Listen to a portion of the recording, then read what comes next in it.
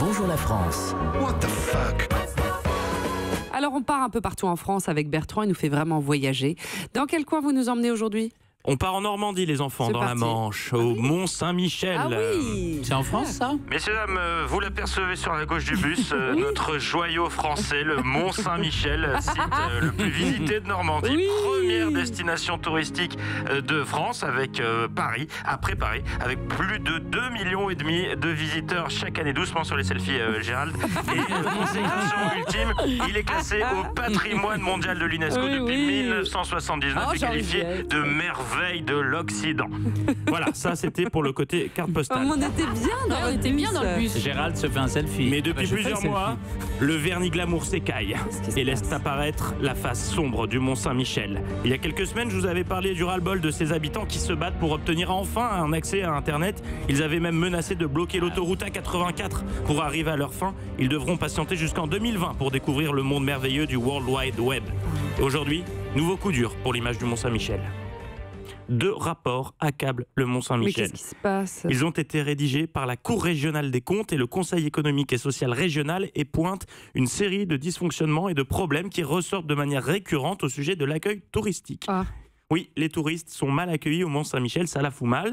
Les rapporteurs estiment que la qualité de la prestation offerte n'est pas à la hauteur de la renommée mondiale du site. Bon, alors, qu'est-ce qui ne va pas ? N'hésitez pas à réagir dès à présent, hein, les habitants du Mont-Saint-Michel ou ceux qui ont l'habitude d'y travailler. N'hésitez pas à réagir sur les réseaux sociaux. Qu'est-ce qui ne va pas ? Alors ça cloche sur pas mal de points. Tout d'abord, les navettes chargées de transporter les touristes. Depuis 2009, elles sont gérées par une entreprise privée, mais elles sont surchargées et déficitaires.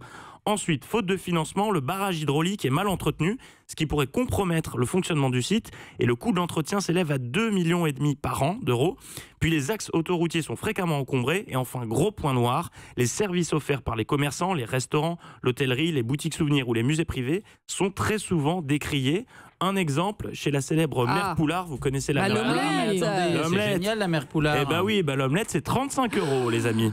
Ah oui, mais elle est réputée dans le monde entier, mon coco. Eh ben mon coco, ça augmente pas le prix S'il des vous plaît, œufs. calmez-vous. mon coco, il est allé sur la page TripAdvisor de la Mère Poulard et j'ai dû fouiller un bon moment avant de trouver un commentaire positif. Tout le monde dit que c'est un attrape-touriste et que ça a perdu en qualité. Puis j'ai eu au téléphone le témoignage de ce couple qui a souhaité rester anonyme. Qu'est-ce qu'ils voulaient faire ? Eux, ils voulaient célébrer leur anniversaire de mariage au Champagne dans un établissement réputé du Mont-Saint-Michel et on leur a rétorqué, je cite, « Ce sera de la bière ou rien ».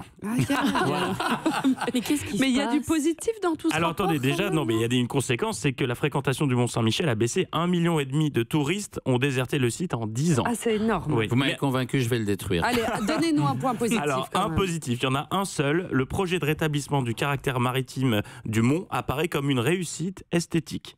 Et puis c'est tout. C'est le seul point positif des 2 rapports. C'est le Mont-Saint-Michel, le point Voilà. positif. L'objectif pour le Mont-Saint-Michel aujourd'hui est de redorer son image et surtout de trouver des sources de financement pour entretenir tout ça. Alors parmi les pistes envisagées par les rapporteurs, il y a une participation du Centre des Monuments Nationaux qui gère notamment l'abbaye du Mont-Saint-Michel et qui encaisse une dizaine de millions par an, mais aussi, et ça va faire plaisir aux touristes, une augmentation des tarifs des parkings. Forcément. Faudrait voir comment est le Mont-Saint-Michel dans d'autres pays, mais a priori... Qu'est-ce qui répond l'Office du tourisme à tout ça ? Eh bien, ils sont très doués en communication de crise. Je les ai appelés pour obtenir leur réaction et leur permettre de donner leur point de vue, mais ils n'ont pas souhaité répondre à mes questions. Donc, s'ils changent d'avis, notre standard reste ouvert. Bertrand Chameroy, on décroche Oui, pas. je suis un peu la Élise Lucet d'Europe numéro 1. Europe. Europe 1.